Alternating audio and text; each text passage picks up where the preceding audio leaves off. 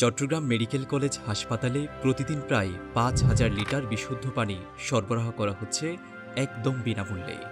কিন্তু জানেন কি, অনেক রোগী আছে যারা কষ্ট করে ২ লিটার পানি কিনে ২ দিন ধরে সেই পানি ভাগ করে খাচ্ছেন, অথচ একজন রোগী ও তার স্বজনদের দৈনিক পানির চাহিদা অন্তত ৪ লিটার।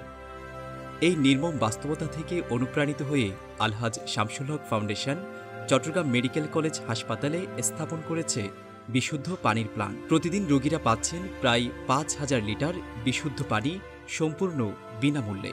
জনগণের জন্য খুবই উপকারী। এটা বিনামূল্যে পানি, বিশুদ্ধ পানি পাওয়াটা ভালো।